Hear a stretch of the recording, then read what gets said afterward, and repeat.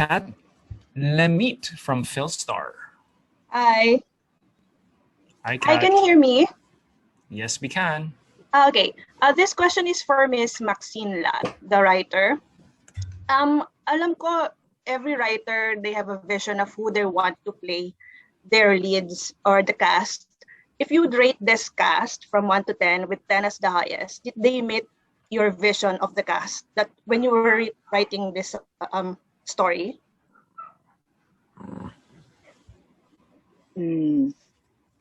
Before po kasi, wala talaga akong nai-imagine na faces ng characters ko. Sa ngayon, i-rate ko sila ng 10, pero ang gusto ko talaga is higher po. Kasi as in, nahigitan nila yung 10. Kulang yung 10 para i-rate ko sila dahil kay Donny pa lang, as in, kahit siya bilang Donny, kuhang-kuha niya si Dave. And ngayon po sila bilang Max Payne, Michiko, kuhang-kuha din po nila. Kaya ayun, kung may higher pa po sa 10, yun po yung rate na ibibigay ko sa kanila, yung score. Okay, nice. My follow-up is for you and Miss Vanessa. Kasi you have to work together with your story, diba? Kasi what I noticed is you refer to the 90s anime Ghost Fighter and Tagsen, if I'm not mistaken, Taguro and Sensui. So how do you make these characters relevant to the audience today, na younger, like Gen Zs? To be honest po, yun po yung isa doon sa gusto naming iparating doon sa audience.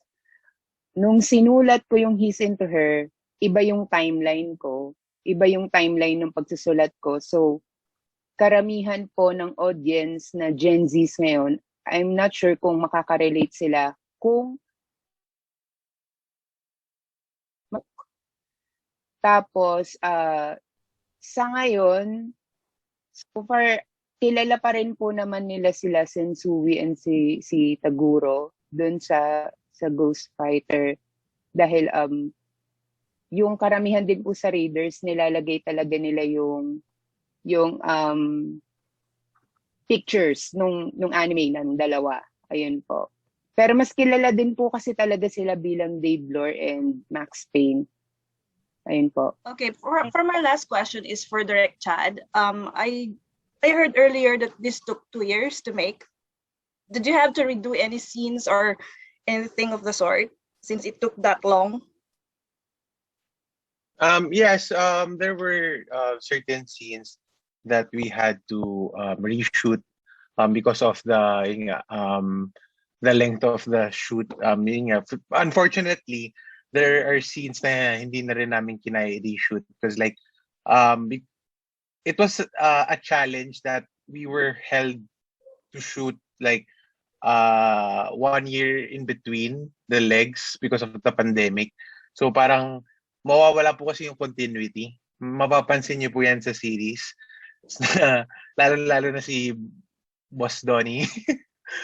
Pero there are scenes that we had to save because of the continuity. Yan. Pero there are scenes talaga that we had to let go na because of time concerns and budget concerns. Ayun po. Okay, sorry. Let me get back to Miss Vanessa Valdez. I think she didn't answer my previous question. Okay, yung pong sa Taguro and Sensui. Yes. I know that it's something that the fans love, yung term na Taguro and Sensui. So, it is used in the series, but not to the point that if you didn't see the Ghost Fighter, na hindi mo maiintindihan kung ano yon. And siguro it's good then that I didn't really watch Ghost Fighter kasi when we were writing it, I had to ask our writer, sabi ko, wait, we have to find a way that even I, who didn't watch Ghost Fighter, could understand what they're talking about. So write it in such a way that I would understand it. So may scene talaga where if you didn't watch Ghost Fighter and they talk about the names, you will understand why they're called Taguro and Sensui. So we made sure of that. Much the same way kanina po that I was explaining to Mommy Jo na yun kailangan hindi alienating yung series. Kailangan we take into consideration that, di ba, parang 8 years has passed since Max first wrote the novel online, di ba? And kasi yun nga, Maxine is also of a different generation. So iba ang iba ang pop culture references, iba yung kasi kunyari ang isa pang binibring up ni Scott lagi ng fans is yung kanta na Sometimes, kasi I think that's the theme of Dave and Max Payne. And I know they're so looking forward to it, diba? But of course, merong limitations on our end why we cannot use the song. And so we made a song, the one that Belle sings, that I hope if the fans listen to it, they will get why that is the song, why the song is the way it is, that it's actually for them. The song was written with them in mind. So yun po, we have to adjust lang to make sure na parang naiintindihan po yung show kahit na may mga references from the book that we take that might not be so easily graspable if you are of a different generation. Yun po. Okay, congratulations, guys. Looking forward to watching your series. Thank you. All right, thank you so much, Ms. Kat, for your questions. And now let's move on to our next set of questions. This is coming from John Michael Bueno from gumagkao.com. And again, I think he has some technical difficulties, so I'll be the one to ask the questions. To the stars, this film also discusses a lot about bullying. What has been the term that people use to call you where you feel bullied, and what did you do to get over it? I think this is for everyone who probably have experienced bullying when they were growing up, or being bullied rather. Who shall we start with? Meron naman sa girls. Let's start with the girls. Let's start with no volunteers again. Should I? I think I'm looking at Vivoree because I feel like she's the one that would volunteer. Ano nga po ulit yung question? Sorry. So the question is here, basahin ko siya ulit. So to the stars, this film also discusses a lot about bullying. What has been the term people used to call you where you feel like you were bullied, and what did you do to help overcome that pain per se? A lot of names po talaga. Ever since nung bata pa po talaga ako, I've been bullied na because of the way I looked. I looked different back then talaga. Lalo na before showbiz, actually kahit during PBB, and nag-change na lang yung look ko nung si Big Brother din sa PBB, parang gave me a chance to like transform myself daw, kumbaga. So maraming names it's kind of personal, but may mga iba na below the belt na and dinadami nila yung family ko. Pero that's the thing about bullying you have to rise above it, and when you overcome everything na sinasabi nila sa'yo, parang you just want to inspire others and kind of like educate others then about bullying kasi people think na they have power over you, and parang they're in control, kumbaga. Kaya need lang talaga nilang i-guide, lalo na yung mga sorry, narinig niyo ba yung aso ko? It's okay. Oh, but you're mute now. No, mute. Yeah. Okay, so ayun po. I think importante talaga na pag-usapan siya. So yeah. Basta marami po talaga, marami yon. Yeah. So ayun, but now I'm stronger and You're bulletproof now. Yeah. Okay. Sige. Next, let's ask naman girls si Melissa. Did you get bullied before ba, or did you ever experience that? Yes. When I remember actually from grade school to like high school, I remember doing mga group dati na uso, and they would like leave me out of it, and I would always just have lunch in the toilet alone. In the toilet? Oh my god. Yeah, no, but like that was Yeah. because not a lot of people really like me. I felt super I don't know how to explain it, but they didn't say words, but they I felt it in my head whenever like Yes. they would just I would just stay in the toilet and yeah, I just feel like it's definitely a heavy thing to experience, especially as children. But syempre, it also makes us stronger as a person. It molds us, and as long as we don't take that trauma until we're older and we ask help, we seek help from our counselor, our guidance counselor in school, and I think that would have a better result instead of keeping it inside. Yeah, kaya be Got it. kind. Yes, The Correct. It's spread love. always, reminder to everyone, be kind. Yeah, it's free. Be always, yeah. Tama. Always be kind. And okay, I think we have a volunteer. I think Criza is volunteering to share something. Hi, Criza. Nakamute ka, sorry. Ayan. Yeah. Nagkaroon po ako ng problem yung phone ko. Okay po. Wait.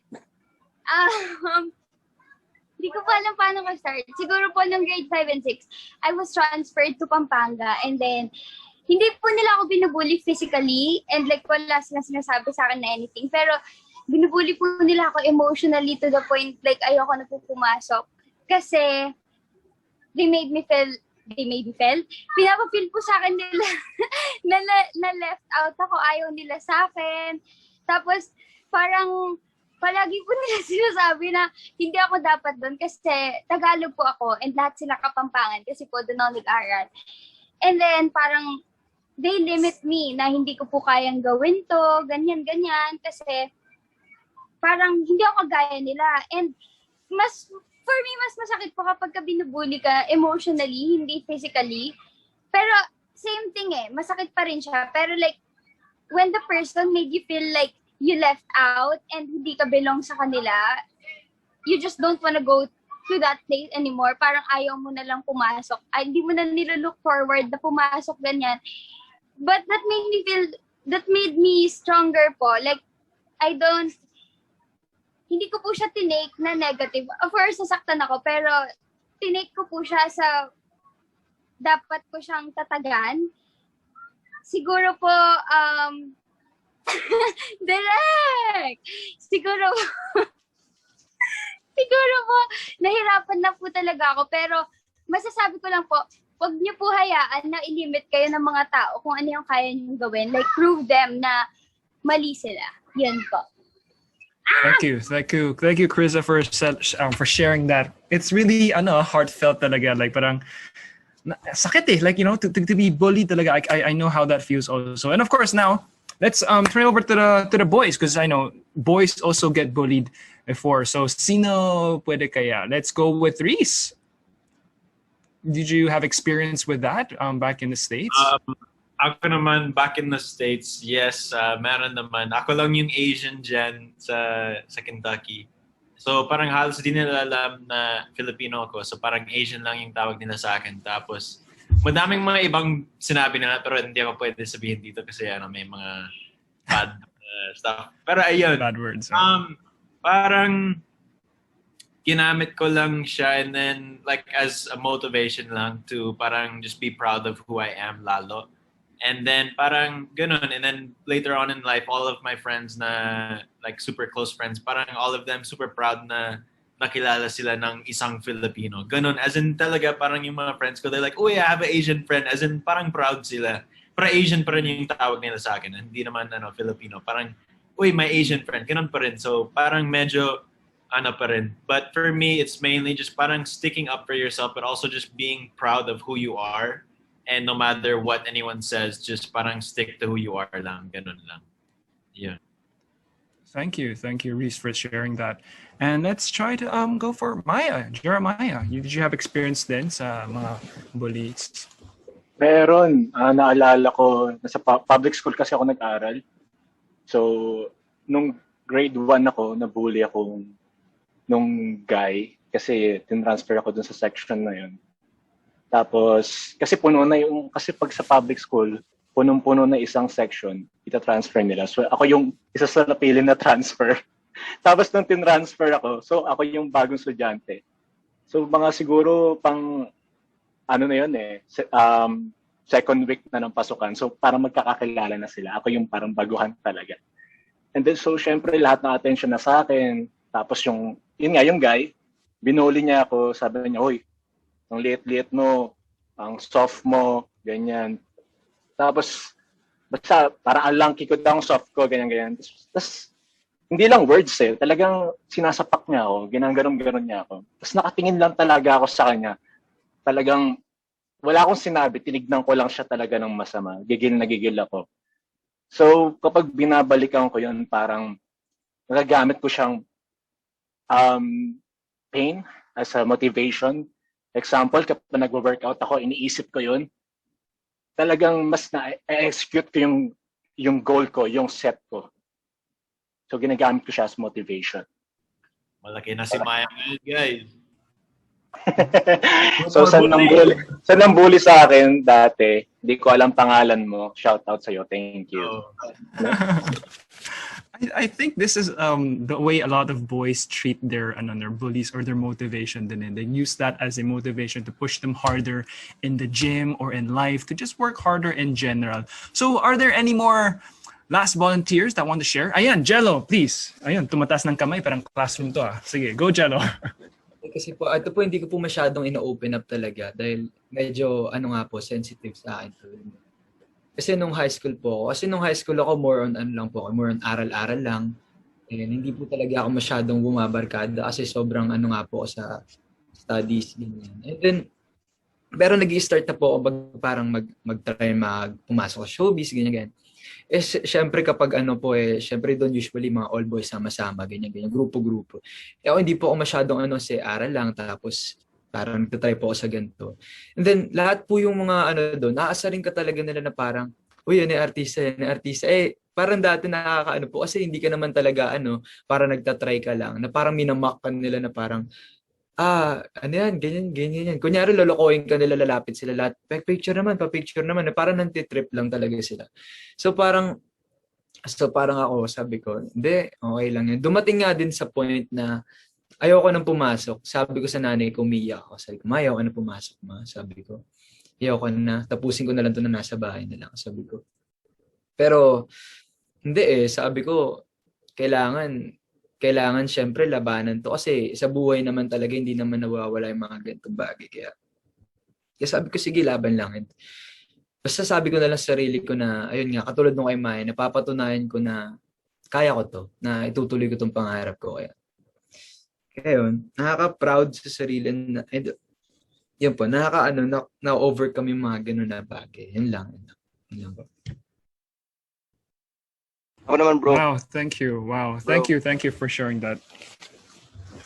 Go, Donny. You got something to share also? I feel like since everyone shared naman, parang ang iniisip siguro ng iba dahil even before sa school, anak na artista, hindi naman siguro ibubully or stuff like that. Pero there was one point in my life where I moved schools. This was before Brent, and I was the youngest in my class. And then I wasn't really tall. I was like 5'6". My growth spurt was late in life. So I was short, super thin, the youngest in class. And sometimes I really felt like, parang they just felt so much better than you. And I mean, these guys are still my friends, but I just felt like I was always being picked on. I was always the baby of the group. To a point na parang, naging sanay na ako sa yung mga sinasabi nila sa akin. And tama si Maya, parang naging motivation din yun. So sa high school naman, what Melly said actually made me parang emotional a bit because there was one guy who used to really eat in the toilet or in just a faraway place, He was like kicked out of his group. And I came up to him one day and I was like, bro, why are you here? Where are your friends? And they were like, oh, they kicked me out. They don't like me. And I was like, okay, I kind of know how it feels like. Not really, but who would want to be in that position? So I told him to sit with us. And then the moment he sat with us, he became in our group. And for the next 4 years, he wasn't in our batch, but he graduated with us. He was in our group photo. He was in our Ganza, our yearbook. Kunyari, student siya, part siya ng batch namin, even if he wasn't. And up to now, he's one of our closest friends. And that wouldn't have happened if someone didn't go up to him, you know. So I feel like whoever's watching right now, those stuff means so much. And yeah, I mean, it's kind of hard to talk about because just thinking about it now, if he didn't get invited, then that wouldn't have ever happened. But you know, that's I think one of the best decisions I've made. Yeah. So, ayun, I feel like people go through stuff all the time, and the simplest things make the biggest difference. Right. Yeah. Thank you, Donny, for sharing that story. And it's true. Just to really wrap up what everyone said, though, grabe, like bullying is really a serious issue, especially sa mga high school, sa middle school, sa primary school, and it's never right to bully. And sometimes, like what Donny shared, no, it's really just that one simple act of inviting someone who you feel like is left out, and that could completely change not only their life but also your own life. Like what Donny said, it became one of his closest friends. So I know for our viewers out there, I hope you guys take these as a reference point to really look back and see who are some people maybe you can reach out to, who maybe can change their life and also change your own life. So again, thank you so much, everyone, for sharing. And ayan, let's go back to the media, which is our last media question for today. Ayan, okay. Ito, mas masaya naman tayo konti. Kanina medyo malungkot tayo eh. So let's try to pump ourselves back up again, and let's go back to some interesting questions. So here, this is for Donny, Belle, and Jeremiah. How would someone get your special attention? Let's start with Jeremiah. Para makuha ang attention mo, ano dapat gawin ng isang tao? Confident. How would someone get your special attention? Ang para makuha ang attention mo talaga. Kasi observer ako, so maaga mo yung attention ko kapag sobrang confident mo. Mm. Ayun. Ayan, confidence is key. All right, what about Belle? Yeah, What should someone do to get your special attention? I totally agree with Maya. I think a factor is being confident and siguro being authentic and staying true to yourself. Dun mo makukuha. Mm-hmm. What about you, Donny? Besides being very tall, that would definitely grab someone's attention agad. Pero ano pa? I think the less you try, the better. Parang lang. Parang hindi try hard. Lang. Yeah, I think it's and food. Natural lang. And good food. and good what? Good food, bro. Good food. Ayan, tama. So is Belle a good cook? Is Belle a good cook? Or no? I mean, I'm just wondering. I actually don't know, Belle. You cook well. Ay, hindi po ako nagluluto. Hindi. Ay, nako. Belle, kailangan ka na mag-practice. Para... Naku, mag-aaral na yan. Lahat po ng pwedeng pagawa sa akin, magluto po talaga yung pinaka hindi ko kayang gawin. Ay, ako din. May motivation na siya, guys. Yes, pero mag-aaral ako. Ayun, no? May motivation na talaga. Oh!